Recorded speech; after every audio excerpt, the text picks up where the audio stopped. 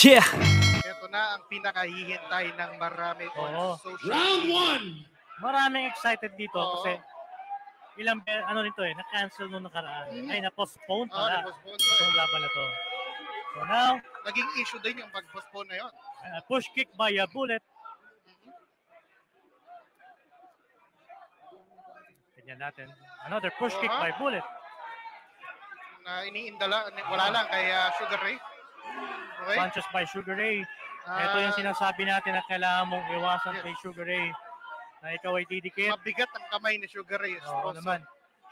Let's not forget that Sugar Ray is a former professional. Ikaw ay didikit. Mabigat ang kamay ni Sugar Ray. Oo naman.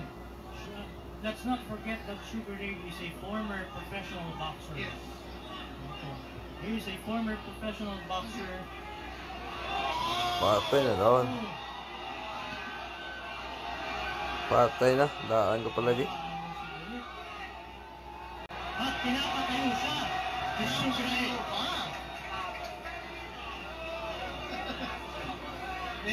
No! Ano sasabi na scripted? Is that scripted for you? It's not. This is not. This is not scripted. This is not scripted. Totoong sakitan ito ng dalawa. And you can hear the punches, you can hear the kicks. This is not scripted. Di niya ma-take down eh. Wala na. Round 1 lang. Patay. Woo!